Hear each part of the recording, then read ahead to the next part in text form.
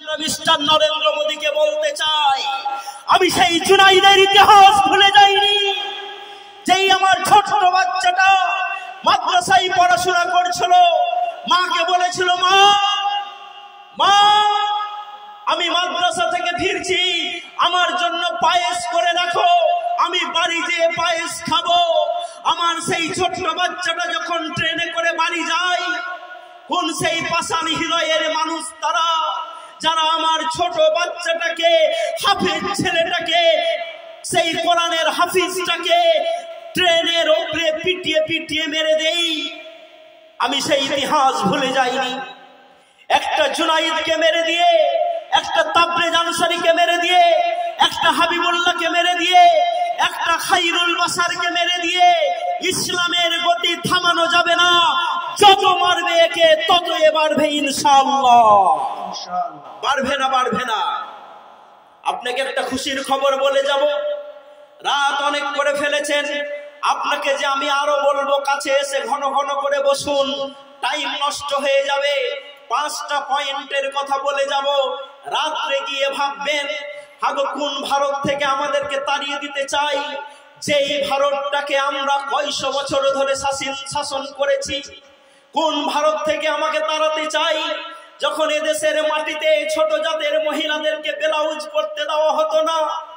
আমি টিপু সুলতান বলেছিলাম, এটা অন্যায়, আদিবাসী মহিলাদেরকে ব্লাউজ পরাও।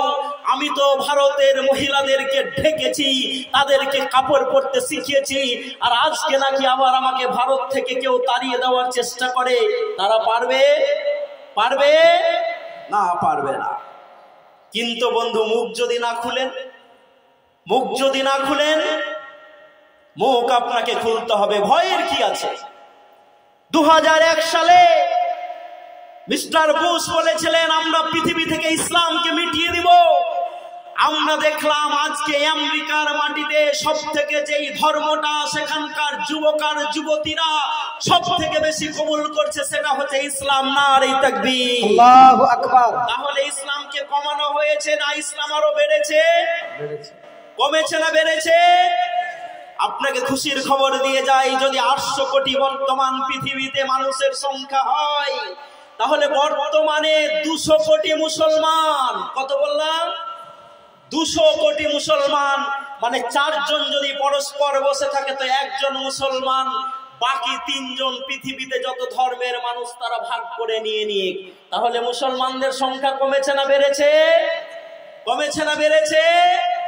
আমরা আমাদের প্রধানমন্ত্রী, স্বরাষ্ট্রমন্ত্রীকে বলতে চাই, আমার সেই ইমানি স্পিড আছে, যখন 313 জন নিয়ে বিশ্বনবী মুহাম্মদ রাসূলুল্লাহ সাল্লাল্লাহু আলাইহি সাল্লাম বদরের প্রান্তে যাচ্ছেন, আর ওইদিকে আব্দুল্লাহ বিন উবাই। অনেক লম্বা ঘটনা, আপনাকে আমি লম্বা ঘটনা বলতে যাচ্ছি না। ইমানটাকে শুধু আপনার আমি পালিশ করে দিয়ে যাচ্ছি, ইমানটাকে শুধু আপনার আমি পাড়া মাখিয়ে দিয়ে যাচ্ছি। ইমানটাকে মজবুত করে নিন। যদি ইমান আপনার মজবুত হয়ে যায়, ভারত থেকে কেউ তাড়াবো এই কথাটাও বলতে পারবে না। পারবে? পারবে? আমরা ভারত থেকে কিছু নিনি, ভারতের সঙ্গে আমরা গাদ্দারি করিনি। ওরে যারা ইতিহাস জানো না তারা ঠিক দেখে নাও, ভারত থেকে যেই 32 জন লোক কয়েক লক্ষ হাজার কোটি টাকা নিয়ে পালিয়েছে, তার ভিতরে একজনও মুসলমান নয়। মুসলমান আছে? বিজয় মালিয়া মুসলমান, মেহুল চোকসি মুসলমান, নীরব মোদী মুসলমান, কেউ মুসলমান নয়। সবাই বেঈমানের দল। বলেন আলহামদুলিল্লাহ। এই দেশে আমরা সবই দিয়েছি। যখন আপনারা বিরিয়ানি খেতে জানতেন না, আমরা খেতে শিখিয়েছি। যখন আপনারা বিল্ডিং বানাতে জানতেন না, আমরা বানাতে শিখেছি। যখন এদেশে রাস্তাঘাট ছিল না, আমি শেরশাহ গ্র্যান্ড ট্রাঙ্ক রোড তৈরি করে গোটা ভারতটাকে এক সুতাতে বেঁধে দিয়েছি। আমি পোস্ট অফিস তৈরি করে গোটা ভারতটাকে ঘরের ভিতরে হাতের মুঠোয় নিয়ে চলে এসেছি। এত আমাদের অবদান। আজকেও পৃথিবীর 7ম আশ্চর্য জিনিস যেই তাজমহল গোটা পৃথিবীতে নন্দিত বন্দিত হয়, ওটা আমি বানিয়েছি, আমি শাহজাহান। আমার যদি পরিচয় জানতে হয়, হাবিবুল্লাহ তোমার বাড়ি কোথায়, তোমার আইডেন্টিটি কি, আমি বলবো হাতে কোদাল নাও, বালছে নাও, আর ভারতের মাটিকে খুঁড়তে শুরু করো। কোন জায়গা থেকে যদি আজও তাজা রক্ত বেরিয়ে আসে, তাহলে সেটা হচ্ছে ভারতবর্ষের কোন আলেমের রক্ত রক্ত, স্বাধীনতা সংগ্রামীর রক্ত, সেই রক্তকে জিজ্ঞেস করো হাবিবুল্লাহ তুমি এই জমিনের আদি অধিবাসী কিনা, না তুমি বাহির থেকে উড়ে এসছো। চাও আমার যদি আইডেন্টিটি জানতে হয়, এনআরসির জন্য যদি কাগজ চাইতে হয়, হাজারদুয়ারিকে জিজ্ঞেস করো, তাজমহলকে জিজ্ঞেস করো, ইমামবাড়াকে জিজ্ঞেস করো, দিল্লির জামে মসজিদকে জিজ্ঞেস করো, কুতুব মিনারকে জিজ্ঞেস করো, লাল কেল্লাকে জিজ্ঞেস করো। ভারতবর্ষের অনেক ইমারত আছে যারা বলে দিবে যে মুসলমানরা এদেশের আদি অধিবাসী, এরা উড়ে এসে জুড়ে বসেনি। আমরা কেউ ইরাক থেকে এসছি? কারো চেহারার সাথে আমাদের ইরাকের লোকের সাথে মিল আছে? আছে গো? নেই। আমরা এই দেশের আদি অধিবাসী। এখানে অত্যাচারিত হয়েছে এখানকার মানুষরা, এখানে বঞ্চিত হয়েছে, শোষিত হয়েছে। তখন সেই জেনারেশন লোকেরা আশহাদু আল্লা ইলাহা ইল্লাল্লাহ ওয়া আশহাদু আন্না মুহাম্মাদুর রাসূলুল্লাহ পড়ে ইসলামটাকে কবুল করে নিয়েছে। কাদেরকে ভয় দেখাতে চান আপনি? বিশ্বনবী মুহাম্মদ রাসূলুল্লাহ সাল্লাল্লাহু আলাইহি সাল্লাম রমজান মাসে 313 জন নিয়ে বদরের প্রান্তে গেছেন। 313 জন দিয়ে পৃথিবীতে ইসলামকে প্রতিষ্ঠিত করে গেছেন। এই ইতিহাস আমাদের জানা আছে না নেই? আছে না নেই? 313 জনকে যদি আবু জেহেল দবাতে না পারে, 313 জনকে যদি আবু লাহাব দবাতে না পারে, 313 জনকে যদি হিন্দা দবাতে না পারে, তাহলে আজকে যারা আবু জেহেলের রোল পালন করছে তারা ভারতের 40 কোটি মুসলমানকে দবাতে পারবে? পারবে না। সুতরাং যারা চেষ্টা করছেন, এই চেষ্টা আপনাদের বৃথা যাবে। আমাদেরকে ভারত থেকে কেউ তাড়িয়ে দিবে, এটা আমরা হতে দেব না। তাহলে কি হবে? এনআরসি যে হবে। আমি এবার মন্ত্র আপনাদের শিখিয়ে দিয়ে যাচ্ছি। মন্ত্র কটা মনে করতে হবে বন্ধু। হয়তো আপনি জালসা শুনলেন, আমি বক্তৃতা করলাম, আপনাদের অনেক বড় সভা। বাশার ভাই আমাকে টাইমে আসতে বলেছিলেন, আমি পারিনি, কারণ আজকে রাত্রে আমার 3খানা জালসা ছিল। আমি 3খানা জালসাতে আজকে আমার উপস্থিত হওয়ার কথা ছিল। রাস্তাতে আস্তে আস্তে পুলিশেও আমার গাড়ি ধরেছে খড়গ্রামে। আমি পুলিশকে বলেছি, এখন আপনি যে আমাকে 2 মিনিট দাঁড়িয়ে যদি আমার সঙ্গে কথা বলেন, আমার 2 মিনিট লেট হয়ে যাবে, আমাকে ছেড়ে দিন। আমি গাড়ির ডিক্কিটা পর্যন্ত খুলে দেখাইনি, পিছন থেকে কেস দিয়ে দিবে কি জানি না। তো আমার লেট হয়েছে, আমি ক্ষমা প্রার্থী। আপনাকে আমি মন্ত্র শিখিয়ে দিয়ে যাচ্ছি 5খানা। কখানা বললাম? অত লম্বা বক্তৃতা করব না। এমন লম্বা বক্তৃতা করলাম, আপনি শুনলেন, বললেন খুব ভালো লেগেছে, বর্তমান সমাজের কথা শুনছিলাম। আপনাকে যদি সকালবেলাতে জিজ্ঞেস করা হয়, বলবেন যে কি বলেছে জানি না, কিন্তু শুনতে হয়তো ভালো লাগছিল না। আপনাকে মনে রাখতে হবে, যে কি বলেছেন, কেন রাত জেগে আমরা বসে আছি। আচ্ছা, আমরা রাত জেগে কেন বসে আছি? কোনো মানুষকে খুশি করার জন্য না আল্লাহকে খুশি করার জন্য? কাকে? আল্লাহকে। হ্যাঁ, আপনাকে আমি ইতিহাস পড়তে বলছি আপনাকে পড়তে এবং দেখতে বলছি। আমি নিজে একটা ইতিহাস পড়ছিলাম। মায়েরা আছে না চলে গেছে? আছে, প্রচুর মায়েরা আছে। আমি 2 মিনিটে বলে শেষ করে দেবো না, 2-4-10 মিনিট বলবো গো। আপনি বললে তো হবে না, আপনি আমার বন্ধু মানুষ, আপনি বলবেন। সামনের লোকেরা বলেন, বলবো? আমি তো সেই ইতিহাসটা পড়ছিলাম কদিন আগেই, যে ভয় আপনি কাকে দেখাচ্ছেন মিস্টার মোদি। আর আমাদের দুঃখের বিষয় জানেন, এমন একটা লোকের কাছ থেকে আমাদেরকে তালাক শিখতে হচ্ছে, যে তার নিজের স্ত্রীটাকে এখনো তালাকই দিতে পারেনি। কার নাম বললাম? মিস্টার নরেন্দ্র মোদির কথা বলছি। তার স্ত্রীর নাম কি? যশোদাবেন। কোথায় আছে? গুজরাটে আছে। হাবিবুল্লাহ এমনি এমনি বললে তো হবে না, তখন আমাকে রাস্তায় ধরে নেবে, দিয়ে বলবে যে আপনি যে তথ্যগুলো দিয়ে গেছেন ভুল।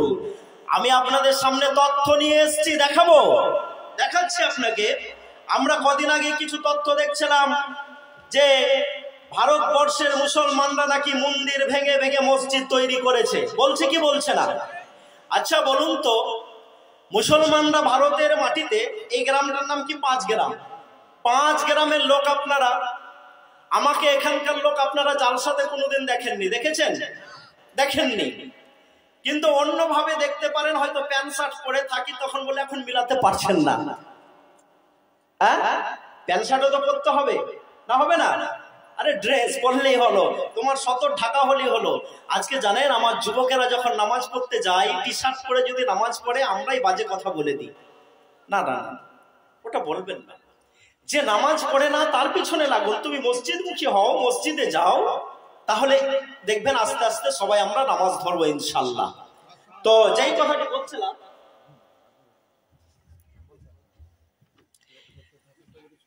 আচ্ছা কেউ যদি খেতে থাকেন তো খেতে চলে যান, কেউ যদি খেতে থাকেন খেতে চলে যান। আর যদি আমার বক্তব্যের পরে যাবেন আর আপনি খেতে না পান তো আমাকে গালি দিবেন না। আমি যেই কথাটি বলছিলাম যে 5 গ্রামে একটা বাড়ি আছে, যেই বাড়িটার বয়স হচ্ছে 100 বছর। কত বললাম? কথা বলতে হবে। কত বললাম? 100 বছর। বাসার ভাইয়ের বয়স হচ্ছে এখন 40 বছর। বাসার ভাই 5 গ্রামে আছেন, আসার পর উনি 2020 সালে ক্ষমতা পেলেন। ক্ষমতা পাওয়ার পর আজকে 2024, 4 বছর হলো। এখানকার লোকেরা বলছে যে বাসার ভাই যখন ক্ষমতা পেয়েছে, ক্ষমতা পাওয়ার পর 5 গ্রামের যত বাড়ি ছিল সমস্ত বাড়ি ভেঙে দিয়েছে। আমরা সবাই বিশ্বাস করলাম যে হ্যাঁ বাসার ভাই ভেঙে দিয়েছে 5 গ্রামে যত বাড়ি ছিল। কিন্তু এখানে যদি একটা 100 বছরের পুরনো বাড়ি থাকে তো বাসার ভাই যে সব বাড়ি ভেঙে দিয়েছেন এই কথাটা সত্য না মিথ্যা? মিথ্যা। যদি ও সব বাড়ি ভেঙে দিত তো 100 বছরের বাড়িটা থাকতো না।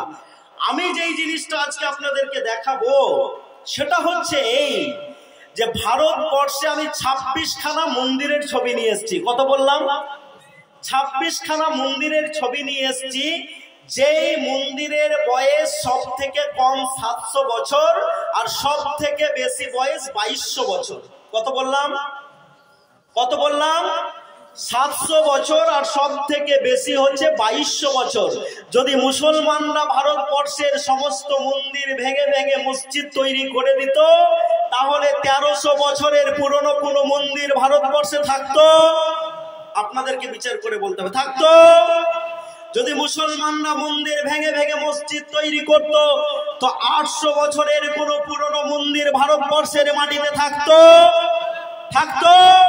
থাকতো না। মানে যেই কথাটা আজকে আপনারা প্রমাণ করার চেষ্টা করছেন ভারতের ইতিহাস বলছে ওইটা মিথ্যা কথা, মিথ্যা কথা, মিথ্যা কথা।